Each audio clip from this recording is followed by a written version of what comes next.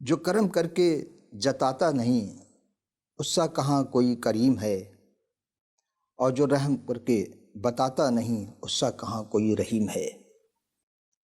یا کریمو دا generous one, بسم یا کریم رب العالمین۔ اولئک هم المؤمنون حقا لهم درجات عند ربهم ومغفرۃ ورزق کریم۔ صدق اللہ العظیم۔ یہی سچے مومن ہیں، اور ان کے لیے ان کے پروردگار کے یہاں بڑے بڑے درجے ہیں اور بخشش اور عزت کی روزی ہے۔ حقیق عرفان میں آپ تمام سامعین اور ناظرین کی خدمت پہ سلام اور خوش آمدید۔ عزیزم، حقیق عرفان میں اسماء الحسنی مظہر صفات خداوندی، آج ہم جس اسم کا ذکر کرنے جا رہے ہیں وہ ہے یا کریمو، یعنی اے بہت بڑے کرم کرنے والے۔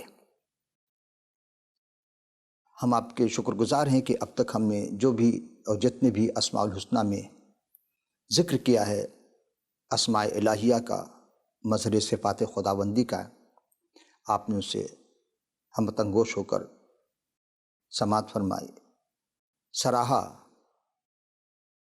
آج ہم اس کریم کے بارے میں کہنے جا رہے ہیں کہ اس جیسا کوئی کریم نہیں ہے، اور امید ہے کہ آپ تمام سامعین و ناظرین حاضرین بہت ساری برکتوں سے مستفیض ہو رہے ہوں گے، آج بھی ہوں گے۔ آج ہم حقیق عرفان میں مظہر صفات خداوندی میں کریم جو لفظ ہے، جو ہم اس میں صفاتی ذکر کرنے جا رہے ہیں، وہ کرم سے نکلا ہے، اور ہم فروز اللغات ہی کے ذریعہ آپ کی خدمت میں اس کے معنی جو بھی ہیں پیش کرتے چلتے ہیں۔ دراصل یہ لفظ کرم سے نکلا ہے، اور کرم عربی اور اردو میں دونوں میں مستعمل ہے۔ عربی لفظ لیکن اردو میں بھی استعمال ہوتا ہے، فارسی میں بھی ہے۔ اس کے معنی ہیں بزرگی، ہمت، جواں مردی، بخشش، دان، اور ہندی میں پن کہتے ہیں اسے، عنایت، مہربانی وغیرہ۔ اور جب ہم کریم پر آتے تو کریم بھی عربی اور اردو دونوں میں مستعمل ہے، اور اس کے معنی بھی ہیں نیک دل، بخشش، سخی، فیاض وغیرہ کے ہیں، مہربان۔ خدا تعالیٰ کا ایک صفاتی نام ہے کریم یا کریم، جس کا ہم ذکر کر رہے ہیں۔ عزم، سرنامہ کلام میں جو آیت ہم نے تلاوت کی تھی اور آپ نے سماعت فرمائی، وہ ہے پارہ 9 سورہ انفال۔ انفال جو ہے یہ 8واں سورہ ہے، اور اس کی آیت نمبر 4 ہے۔ اس میں ہے اولئک هم المؤمنون حقا، یعنی یہی سچے مومن ہیں۔ یہاں ہم توجہ چاہیں گے آپ سے، چونکہ اس کے بعد ہم جو آیت تلاوت کریں گے اس میں ہم تھوڑی سی آپ سے گفتگو کریں گے اسی آیت سے متعلق، اسی حصے سے متعلق۔ اولئک هم المؤمنون حقا لهم درجات عند ربهم ومغفرۃ ورزق کریم، اور ان کے لیے ان کے پروردگار کے یہاں بڑے بڑے درجے اور بخشش اور عزت کی روزی ہے۔ اس کے فوری بعد ہم دیکھتے ہیں اسی سورہ انفال کی آیت نمبر 74 میں، اور جو ترجمہ ہم نے لیا ہے یہ فتح محمد جالندھی صاحب کا ترجمہ ہے، اور صفحہ ہے 235 اور 236 میں۔ والذین آمنوا وہاجروا وجاہدوا فی سبیل اللہ والذین آووا ونصروا اولئک هم المؤمنون حقا لہم مغفرۃ واجر کریم۔ یہاں دیکھیں اولئک هم المؤمنون حقا، یہ ٹکڑا وہاں بھی تھا اور یہاں بھی ہے۔ لہم مغفرۃ ورزق کریم، اس میں بھی ہے لہم مغفرۃ ورزق کریم، یعنی اب اس کا ترجمہ یوں ہے کہ اور جو لوگ ایمان لائے اور وطن سے ہجرت کر گئے اور اللہ کی راہ میں جہاد کرتے رہے، اور جنہوں نے ہجرت کرنے والوں کو جگہ دی، ان کی مدد کی، یہی لوگ سچے مسلمان ہیں۔ ان کے لیے خدا کے یہاں بخشش اور عزت کی روزی ہے۔ دیکھیں چوتھے نمبر آیت میں انہوں نے ترجمہ کیا ہم المؤمنین حقا کا، یعنی یہی سچے مومن ہیں، اور اسی آیت کا اسی ٹکڑے کی اس میں 74 نمبر جو آیت ہے اس میں ترجمہ کر رہے ہیں یہی لوگ سچے مسلمان ہیں۔ اب عزیزم، یہاں ہم آپ کو تھوڑی سے سماعت کو آپ تیز کیجئے گا، اپنے بلندی پہ لے جائیے گا کہ ہم آپ کو یہ کہنا چاہتے ہیں کہ دونوں میں 4 اور 74 نمبر آیت میں یہی ٹکڑا ہے، یہی لفظ ہے، لیکن فرق کیا ہے؟ کہ یہی سچے مسلمان ہیں اور اس میں یہی سچے مومن ہیں۔ آپ نے توجہ فرمایا کہ پہلے ہم یہ بتاتے چلیں کہ پورے قرآن شریف میں لفظ مومن 15 مقام پر ہے، مؤمنین 144 مقام پر، مؤمنون 35 مقام پر، مؤمنہ اگر الف سے لکھیں گے مؤمنہ تو وہ ہے 7 مقام پر، اور مؤمنۃ یعنی مؤنث کے لیے ہے وہ ہے 6 مقام پر، مؤمنہ جو ہے وہ 6 مقام پر ہے، اور مؤمنات 22 مقام پر ہے۔ اسی طرح مومن اور مسلمان کے فرق یہاں سے آپ کو واضح ہو جائے گا کہ مسلمہ جو ہے وہ 2 مقام پر ہے، مسلمون 15 مقام پر، مسلمین 29 مقام پر، مسلمہ یعنی مؤنث کے لیے استعمال ہو رہا 4 مقام پر، مسلمات یہ 2 مقام پر۔ لفظ مسلم یا مسلمان کا لفظ آیت میں ہمیں کہیں نہیں نظر آئی۔ اگر آپ کو مل جائے تو آپ ہمیں ہمارے علم میں اضافہ فرمائیے گا۔ جیسا کہ یہ علم ہے، ایک دوسرے کو بانٹے جاتے ہیں، علم ہی ہے کہ ایک دوسرے کے ذریعے ہم قریب آتے ہیں۔ ہمیں نہیں آتا آپ بتائیے گا، جو ہم بتاتے ہیں کہ وہ آپ کے پاس نہیں تو آپ اسے استفاضہ کیجئے۔ خدا ہم دونوں کو برکت عطا کرے۔ اب ہم کیسے کہہ سکتے ہیں کہ مومن اور مسلمان میں فرق ہے؟ بعض حضرات کہتے ہیں نہیں جی ایک ہی معنی میں ہے۔ آئیے ہم قرآن ہی سے پوچھتے ہیں کہ کیا دونوں مومن اور مسلمان یہ دونوں ایک ہی لفظ ہے یا فرق ہے دونوں میں؟ اس لیے کہ مسلم جو ہے وہ سلم سے نکلا ہے، اور مومن جو ہے وہ امن سے نکلا ہے، یعنی جہاں مومن ہوگا جو وہاں امن ہوگا۔ اب ہم قرآن سے پوچھتے ہیں، یہ ہے سورہ 26واں پارہ ہے، سورہ الحجرات 39واں سورہ ہے اور آیت نمبر ہے 14۔ ترجمہ ہم نے لیا فتح محمد جالنی صاحب کا اور صفحہ ہے 691۔ قالت الاعراب آمنا، عرب کے کچھ بدو آئے یعنی دیہاتی لوگ آتے ہیں اور کہتے ہیں ہم ایمان لے آئے، آمنا یعنی ہم ایمان لے آئے۔ قل لم تؤمنوا ولکن قولوا اسلمنا، اب یہاں کیا ہے؟ کہہ دو کہ تم ایمان نہیں لائے۔ قل لم تؤمنوا، لم کے معنی نہیں کے ہیں، جیسا لم یلد ولم یولد، یہاں بھی لا کے معنی بھی نہیں کے، لیکن لم کے معنی بھی نہیں، 6-7 حروف ہیں، لفظ ہیں جس کے معنی نہیں کیا آتا۔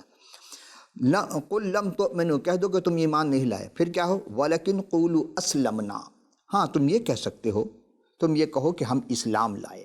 تو اب پتہ چلا کہ اسلام لانے والے اور ہیں اور ایمان والے اور ہیں۔ آگے آیت، کیوں اسلام لانے والے اور مومن اور مسلمان میں فرق کیا ہے؟ اب اگلا ٹکڑا، یدخل الایمان فی قلوبکم، یدخل الایمان، یدخل الایمان، ایمان جو داخل ہوتا ہے فی قلوبکم، فی قلوبکم یعنی قلوب میں، اور تمہارے تو اور ایمان تو تمہارے دلوں میں ابھی داخل ہی نہیں ہوا۔ تو اب سمجھ میں آ گئی بات کہ مسلمان میں اور مومن میں کتنا فرق ہے، کہ جو مسلمان ہے اس کے پاس ایمان نہیں ہے، اس کا مطلب آیت سے یہی ظاہر ہوتا ہے کہ تم اپنے آپ کو مومن مت کہو، مسلمان تو کہہ سکتے ہو کہ تمہارے دل میں ابھی تمہارے پاس اسلام آیا، تم اسلام میں داخل ہوئے، اب تمہارے دل میں مومن ایمان نہیں آیا، تو گویا کہ جس کے دل میں ایمان ہوگا وہ مومن ہوگا، اور جو مومن ہوگا وہ امن پسند ہوگا۔ فرق مومن اور مسلمان کا واضح ہو گیا۔ تو اس آیت کے مطابق یعنی کہ جس کے قلب میں ایمان ہو تو وہ مومن، اور جس نے اسلام قبول کیا وہ مسلم یا مسلمان، اور اس کے قلب میں ایمان نہ ہوگا یعنی جس ایمان نہیں تو وہ مسلمان ہے، اور مسلم اور قرآن شریف میں مسلمان ہمیں نہیں ملا۔ عزیزم کم از کم ہم یہ تو ملا کہ اگر آپ کے پاس علم ہے تو آپ ضرور ہمیں آگاہ فرمائیے گا، ہم آپ کے شکر گزار ہیں، شکریہ۔ ایک اور آیت کی طرف ہم چلتے ہیں، یہ زبور ہے۔ اب ہم زبور کی جانب جاتے ہیں۔ زبور شریف جناب داؤد علیہ السلام کی لکھی ہوئی تھی، 86 باب ہے اس کے، 14 اور 15 2 آیت ہیں۔ اے خدا، مغرور میرے خلاف اٹھے اور تندخو جماعت میری جان کے پیچھے پڑی ہے، اور انہوں نے تجھے اپنے سامنے رکھا، تو لیکن تو یا رب رحیم و کریم ہے، قہر کرنے میں دھیما اور شفقت میں اور راستی میں غنی ہے۔ یہاں لفظ کریم اور رحیم دونوں کو استعمال کیا گیا ہے، رحم کرنے والا اور کرم کرنے والا۔ اس آیت میں زبور نویس یعنی جناب داؤد یہ فرما رہے ہیں کہ وہ بڑی مصیبت میں ہیں، کہ ان کے حالات کو بیان کر رہے ہیں کہ خداوندہ کہ میں غضبناک ہوں، کیونکہ ایک تندخو جماعت جو ہے اور تشدد کرنے والے لوگ ہیں جو ان کو جان سے مارنے کی سازش کر رہے ہیں۔ وہ کون لوگ تھے؟ ظاہر سی بات ہے ہر نبی کے ہر زمانے میں بہت سے لوگ مخالف بھی رہے، کچھ چاہنے والے بھی رہے۔ تو ان لوگوں کے پاس خدا کے لیے کوئی وقت نہیں، یعنی بجائے وہ اپنے ہی لوگ ہوں گے، بجائے وہ خدا سے رابطہ کرتے وہ ان کے جان کے دشمن بن کے. لیکن جناب داؤد تو جانتے تھے کہ خدا جو ہے وہ ہمیشہ پریشان کن لمحات میں مدد کرتا ہے اور تسلی دیتا ہے. دیکھیں اکثر آپ دیکھیں گے کہ جو لوگ پریشان ہوتے ہیں کوئی نہ کوئی وظیفہ پڑھتے ہیں، کچھ نہ کچھ ذکر کرتے رہتے ہیں. اصل جب آپ تہمت انگوش ہو کر کسی بھی پریشانی میں مبتلا ہو جائیں تو اپنے آپ کو پاک صاف کر کے ذہنی طور پہ پاک صاف رکھیں، جسمانی لباس میں، اور ایک ایسے کمرے میں بند کر لیں اپنے آپ کو تھوڑی دیر کے لیے، اور آپ تصور کریں کہ خدا تعالیٰ کی رحمت آپ کے ساتھ ہے. آپ اسے دل لگا کے بالکل دل لگی کے ساتھ خاموشی کے ساتھ اپنی آنکھیں بند کر لیں، ہو سکے تو کان کو بھی تھوڑی دیر کے روئی ڈال کے بند کر دیں، اور صرف اپنا کا تعلق اس رب العالمین کے ساتھ سے ہو، اس کریم ذات سے ہو، اور آپ کو وہ ایسی مصلحت باتیں، ایسی مفید باتیں، ایسے آپ کو تسلی عطا کرے گا کہ کوئی نہیں دے سکتا.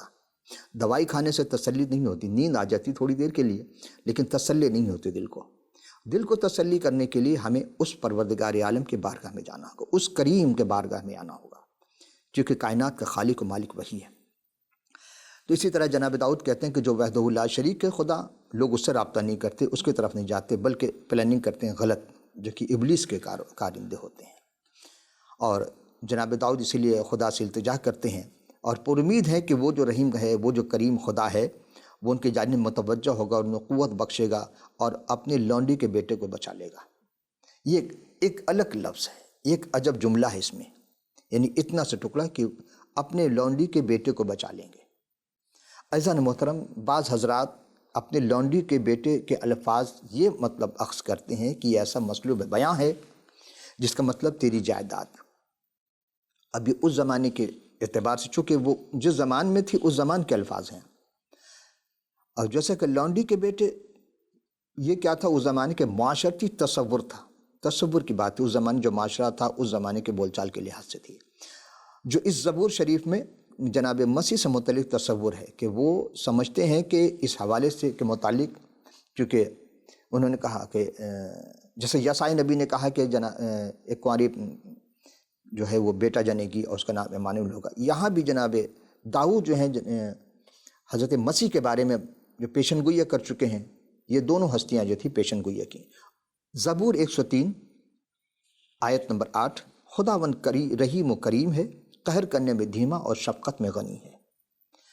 خداوند اپنے قوم کے ساتھ تعلقات میں ظاہر کرتا ہے کہ وہ رحیم بھی ہے اور کریم بھی ہے، اور وہ راہ کے ہر قدم، یعنی ہر قدم میں رہنمائی کرتے ہیں، تحفظ فراہم کرتے ہیں، حوصلہ دیتے ہیں، مہیا کرتے ہیں ہر چیز کو. اور جبکہ اس کے لوگ گمراہ ہیں، یعنی لوگ جو ہیں وہ گمراہ ہیں، بڑبڑاتے بھی ہیں، اور بڑبڑانے کی وجہ سے وہ سرکش بھی ہو جاتے ہیں، نافرمان بھی ہو جاتے ہیں. لیکن وہ جو پیارا خدا ہے، وہ جو کریم خدا ہے، وہ جو رحیم خدا ہے، وہ جو اپنے غصے کو ضبط کر کے اور اس کی اپنی شفقت کو بکھیرتے ہیں، وہ جو ہر ظلم کے بعد بھی وہ ظالم کو بھی پناہ دیتے ہیں، ظلم کرنے والے کو بھی پناہ دیتے ہیں، مظلوم کو بھی پناہ دیتے ہیں، تسلی دیتے ہیں. لیکن اس کے باوجود بھی لوگ اپنے خدا کو نہیں سمجھ پاتے، اور لوگوں کی ناشکری کے باوجود خدا جو ہے وہ رحم اور کرم جاری رکھتا ہے. آپ دیکھیں کہ کتنے قتل و غارت گری ہو گئی دنیا میں اور ہوتی جا رہی ہیں، ایک ملک دوسرے ملک پر چڑھائی کر دیتا ہے، لیکن خدا جو ہے وہاں بھی ان کو بچاتا ہے، ان ظالموں کو بھی موقع دیتا ہے کہ اپنے ظلم سے ہاتھ روک لو، بچا لو، کیونکہ مخلوق خدا کا قتل جو ہے خدا کو روا نہیں ہے. اسی طرح کسی شاعر نے کہا تھا، اے خداوند تیرے حضور میں کس قدر غیر مستحق ہوں، لیکن تو ہمیشہ مجھ پر اپنی محبت جاری رکھا ہے. آئیے ہم دیکھتے ہیں زبور 111 کے 4 نمبر آیت میں ہے کہ اس نے اپنی عجائب کی یادگار قائم کی اور خداوند رحیم و کریم ہے. یہاں ہم عجائب و غریب سے مراد لیتے ہیں کہ اس نے فسح کے برے کے خون کے وسیلے سے اسرائیل کو نجات کی دائمی یادگار قائم کی. یہ فضل اور رحم کی دائمی یادگار قائم کسی اور نے نہیں کی، یعنی کوئی اور قائم نہیں کر سکا، نہ آئندہ کوئی اور قائم کر سکتا ہے، بلکہ اسی کریم کے بنائے ہوئے منصوبے کے تحت یہ کام ہوئے کہ اسی نے اپنے شاگردوں کے پیر دھوئے. کس نے اپنے شاگردوں کے پیر دھوئے؟ یہاں ہم آپ کی خدمت میں ایک انوکھی بات جو اکثر ہوتے ہیں کہ آپ نے دیکھا ہوگا کہ بلکہ ہم بھی اس میں شامل تھے. زمانے میں جب ہم جمع تھے تو بہت سارے اساتذہ کے پاس، آج علماء حضرات کے پاس، مفتیوں کے پاس، آج تو وہ لوگ زندہ نہیں ہیں. ظاہر سی بات، جب ہم اس عمر کو پہنچ گئے تو وہ اساتذہ کہاں ہوں گے اب؟ خدا ان کے غریق رحمت کرے. تو بہت سارے پیروں کے پاس، بہت سارے مرشدوں کے پاس، ان کے خلفاؤں کے پاس اور بھی لوگوں کے پاس ہمیں جانو ادب طے کرنے کا موقع ملا.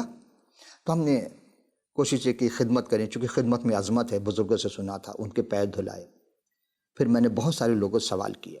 مثلا علماء سے سوال کیا کہ شاگرد تو آپ کے پیر دھلاتے ہیں، کہ آپ نے کبھی شاگردوں کے پیر دھلائے؟ وہ چراغپا ہو جاتے ہیں. اسی طرح ہم نے مفتی حضرات سے پوچھا تھا کہ آپ کے شاگرد تو آپ کے پیر دھوتے ہیں، انہیں آپ کی تعظیم کرتے ہیں، آپ کی خدمت کرتے ہیں، کہ آپ نے کبھی ان کی خدمت کی؟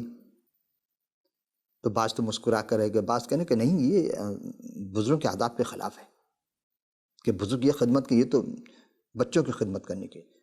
اسی طرح ہم جب آگے گئے ان عمرہ کے پاس، جب کبھی جہاں کبھی سروس کرنے کا موقع ملا مجھے شروع میں، تو ہم نے پوچھا تھا ان لوگوں سے جو فیکٹری کے مالک تھے. میں نے کہا کہ یہ سارے لوگ آپ کی خدمت کرتے ہیں، پانی بھی پلاتے ہیں، آپ کے لیے پانی مہیا کرتے ہیں، آپ کے بعض دفعہ وضو کے پانی مہیا کرتے ہیں، آپ کے پیر بھی دھلا دیتے ہیں، تو کیا آپ نے بھی کبھی ان کے پیر دھلائے؟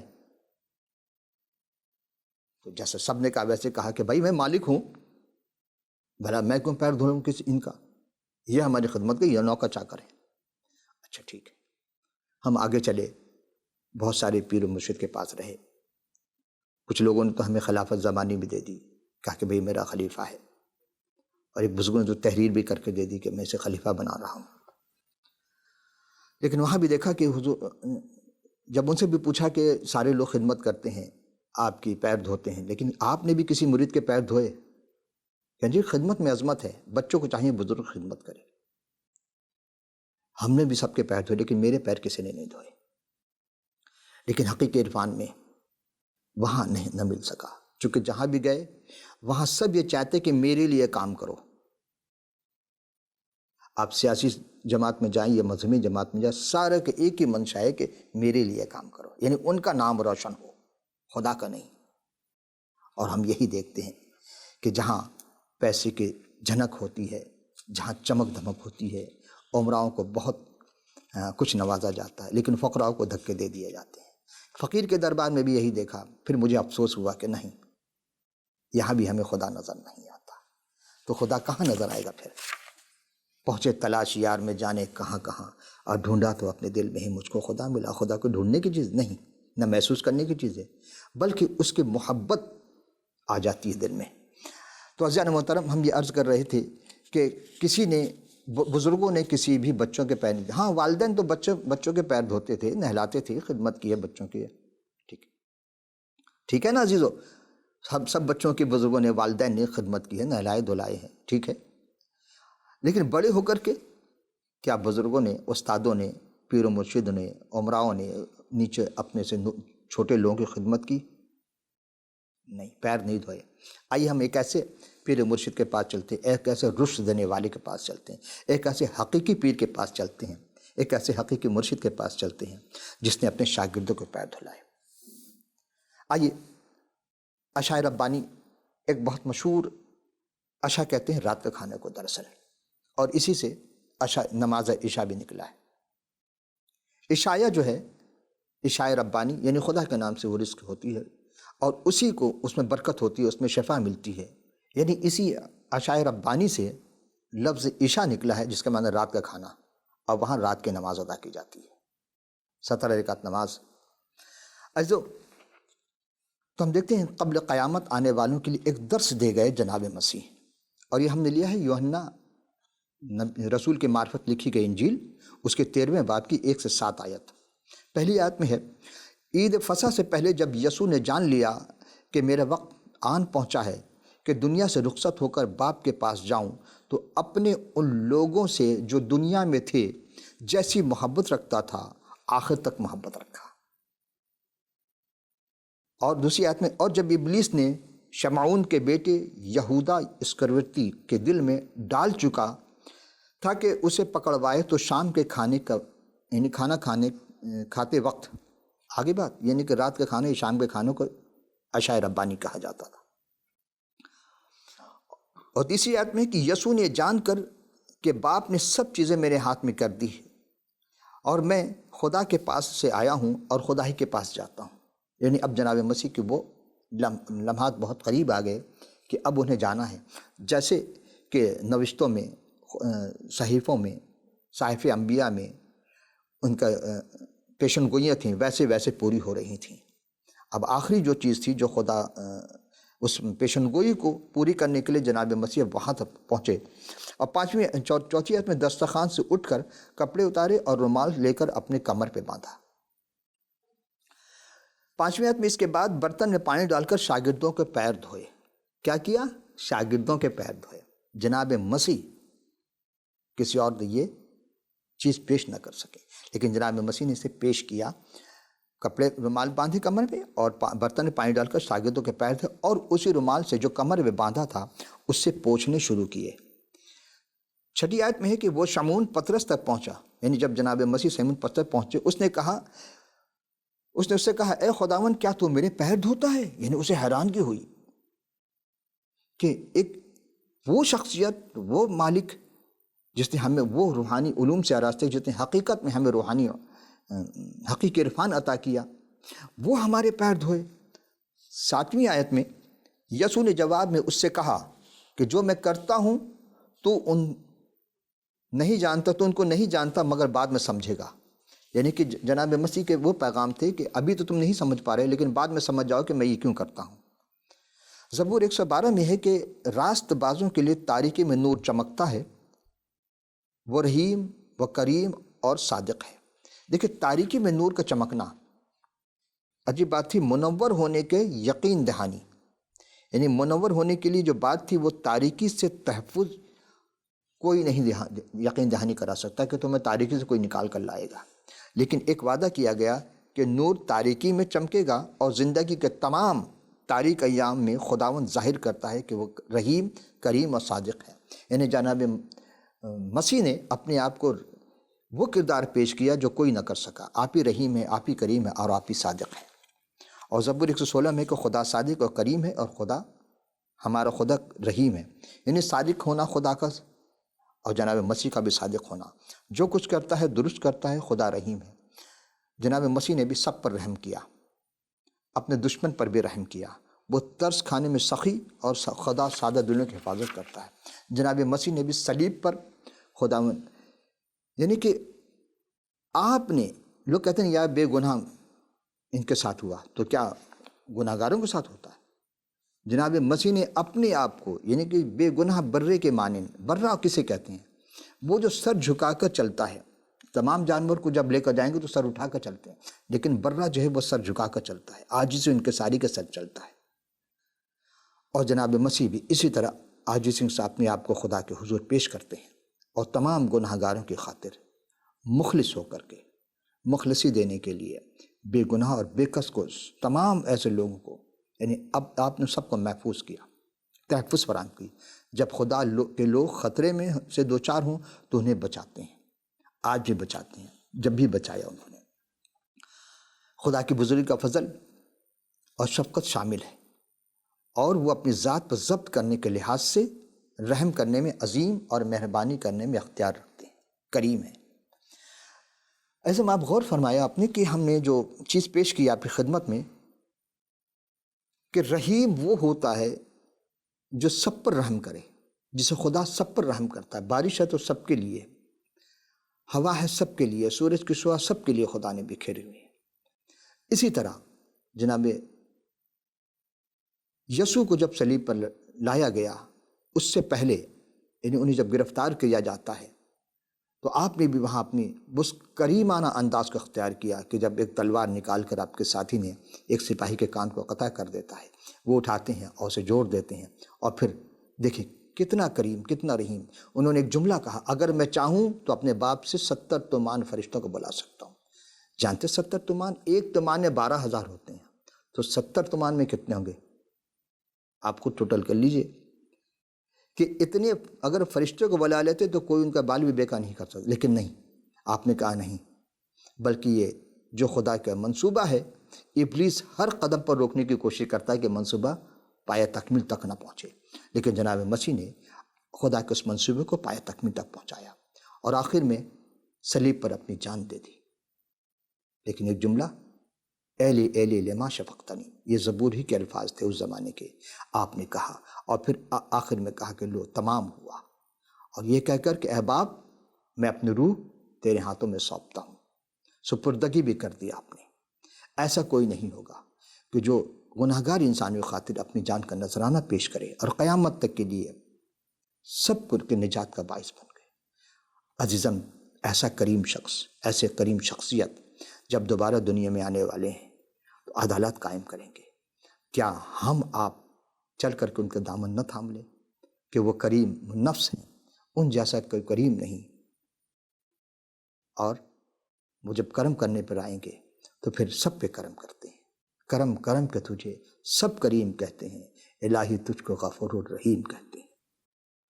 آئندہ نشست میں پھر ملاقات ہوگی کسی اور عنوان کے ساتھ، پھر حاضر ہوں گے۔ اس وقت اجازت، خدا حافظ و ناصر۔